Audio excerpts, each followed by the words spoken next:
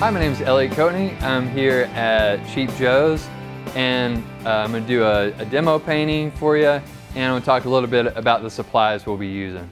So we are using Joe's Prime Really Good Canvas, and we're using that in two ways today. We're going to paint on it. This is a 24 by 24 inch square. The Joe's Prime Really Good Canvas is gallery wrapped, so we're ready to go in that regard.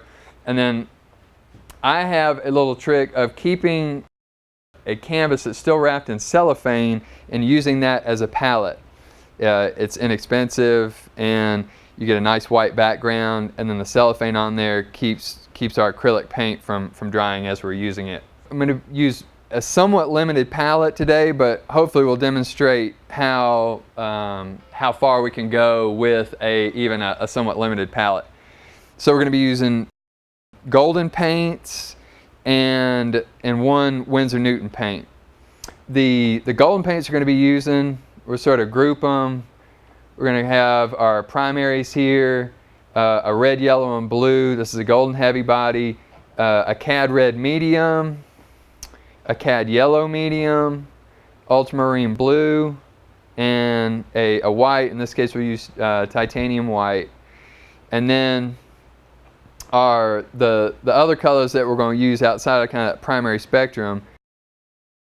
I rely a lot on yellow ochre. It just seems like a pretty versatile color, and we'll talk about that as we get into the painting. And then for a pop of color in this particular painting, we're going to use cobalt turquoise.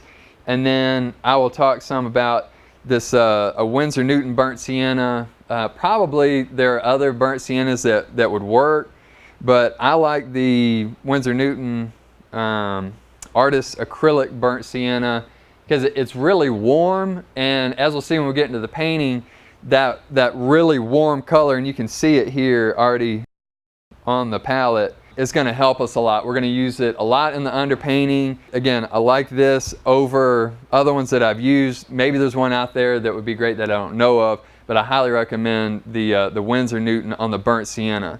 The other colors, I very much like the golden colors. And the colors that we're using, if you shop these, you'll notice that these cadmium colors, they're some of the more expensive pigments. Any nice paint is going to have a series number on there, and the higher the series, the more expensive the pigments. It's really worth it to invest in the nicer pigments. It will show up in your final painting, and so it's worth it to spend the money, get not only nicer paints, but the higher grade pigments. So in this case, the two cad colors, and like I said, are ultra blue, titanium white, yellow ochre, the turquoise, and the burnt sienna. So a fairly limited palette. I'm not real picky on brushes. These are white acrylic Princeton brushes. They're not too stiff, but they're not too soft. And as you see in our process, we're going to push some paint around, not real thick, but we want something with a brush with a little bit of body to it. And then I've got a big Cheap Joe's Workhorse brush that we'll use for a wash of the canvas and kind of an underpainting. We're also going to have just any old spray bottle for keeping paints wet and for wetting the canvas. Always keep a towel just for wiping some paint or drying the brushes, and we'll actually use it in the painting process as we do our underpainting and a value study.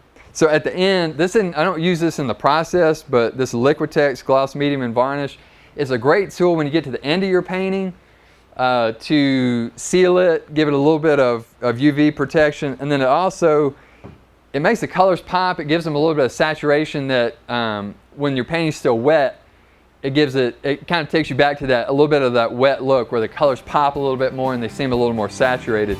So it's a nice tool to finish with, and we'll demo that, not using the process, but we'll show the value of that at the end of it. That's our materials.